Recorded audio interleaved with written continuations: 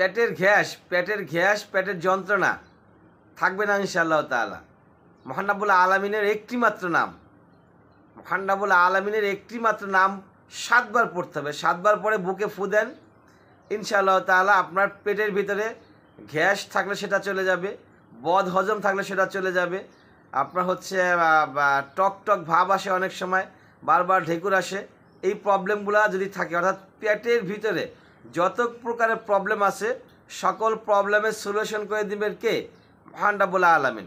বিশ্বাস রাখতে হবে, ইয়াকিন রাখতে হবে যে আল্লাহ হচ্ছে এই পৃথিবীর সকল ক্ষমতার মালিক। আল্লাহ যখন যেটা চাইবেন তখন সেটাই ঘটবে, সেটাই হয়ে যাবে। আমরা যদি বিশ্বাস রাখি যে এই আল্লাহর এই একটি নামের মাধ্যমে, এই একটি নামের উসিলায় আল্লাহ পাক আমার সকল পেটের সমস্যাকে সমাধান করে দিবেন, তাহলে অবশ্যই আল্লাহ পাক আমাদেরকে সমাধান করে দিবেন। ইন্নামা আমানু বিল নিয়াত, বুখারী শরীফ, মুসলিম শরীফ, 1 নম্বর হাদিস। আপনি যেটা নিয়ত করবেন সেটাই ঘটবে, আপনার অন্তর যেটা চাইবে সেটাই হবে। আল্লাহ পাক আপনার অন্তরের সকল চাওয়াকে পাওয়াতে পরিণত করে দেবেন ইনশাআল্লাহ তাআলা।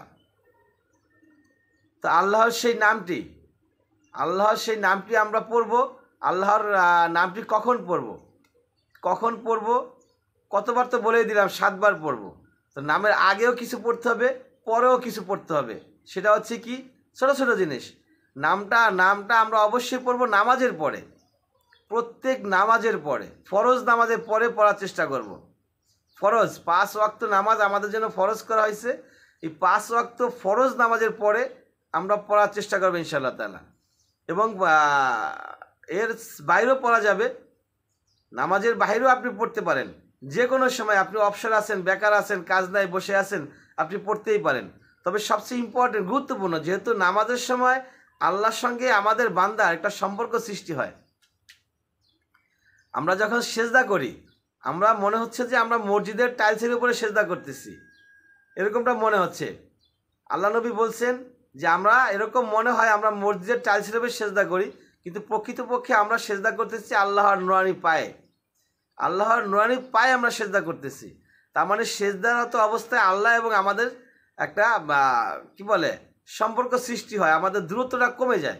আর ওই সময় যদি আমরা আল্লাহর নাম ধরে আল্লাহর কিছু চাই, তাহলে আশা করা যায় ইনশাআল্লাহ তাআলা অবশ্যই আল্লাহ পাক আমাদের সেই আশাকে পূরণ করে দিবেন। সেজন্য ভরসা রাখতে হবে, তাওয়াক্কুল রাখতে হবে আল্লাহর উপরে। তা আমরা প্রত্যেক ফরজ নামাজের পরে দুরূদ পড়ে নেব, কমপক্ষে একবার। সবচেয়ে ছোট দুরূদ সাল্লাল্লাহু আলাইহি সাল্লাম, আর হচ্ছে ইব্রাহিম, দুরূদে ইব্রাহিম পড়লে সবচেয়ে ভালো হয়, বেটার, সবচেয়ে পাওয়ারফুল, গুরুত্বপূর্ণ দুরূদ আল্লাহুম্মা সাল্লি আলা মুহাম্মদ, যেটা আমরা নামাজের ভিতরে পড়ে থাকি। সর্বনিম্ন একবার পড়তে হবে, তবে 3 বার পড়লে ভালো হয়, বা 5 বার, 7 বার, বিজোড় সংখ্যায় আপনি যত বেশি বার পড়বেন তত বেশি মঙ্গল হবে। তারপর হচ্ছে আল্লাহর একটি নামটা হচ্ছে ইয়া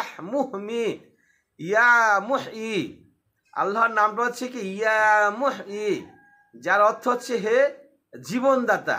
ইয়া মুহই, প্রথমে আমরা কয়েকবার দুরূদ পাঠ করে নিব, তারপরে 7 বার পাঠ করব ইয়া মুহই, ইয়া মুহই, ইয়া মুহই, ইয়া মুহই, ইয়া মুহই, ইয়া মুহই, ইয়া মুহই, 7 বার পড়লাম। এভাবে 7 বার পাঠ করতে হবে। তারপর পড়তে হবে আবার দুরূদ, আল্লাহুম্মা সাল্লি আলা মুহাম্মদ ওয়া আলা আলি মুহাম্মদ কামা সাল্লাইতা আলা ইব্রাহিম ওয়া আলা আলি ইব্রাহিম ইন্নাকা হামিদুম মাজিদ। কয়েকবার দুরূদ পাঠ করে নিতে হবে, অবশ্যই বিজয়ের সঙ্গে পাঠ করতে হবে।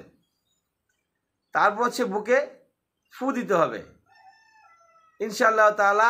মহান রব্বুল আলামিন আমাদের যত ধরনের প্রবলেম আছে পেটের ভিতরে, বডির ভিতরে, বুকের ভিতরে, সকল সমস্যার সমাধান করে দিবেন। শুধু একটাই কাজ করতে হবে, ভরসা, তাওয়াক্কুল, বিশ্বাস রাখতে হবে আল্লাহর উপরে। এই নাম, এই দুরূদ কিচ্ছু করতে পারবে না যদি আপনি আল্লাহর উপরে ভরসা না করুন। আর যদি শুধু এই নামের উপরে, শুধু দুরূদের উপরে ভরসা করেন যে আল্লাহ কিছু করবে না, এই দুরূদই সব কিছু করবে, নাউজুবিল্লাহি মিন যালিক, শিরক হয়ে যাবে, যে পাপের গুনাহ আল্লাহ পাক মাফ করবেন না। সবাই সঠিকভাবে বুঝে তারপরে ইনশাআল্লাহ আমল করার চেষ্টা করব। ওয়া আখির দাওয়ানা আলহামদুলিল্লাহি রাব্বিল আলামিন।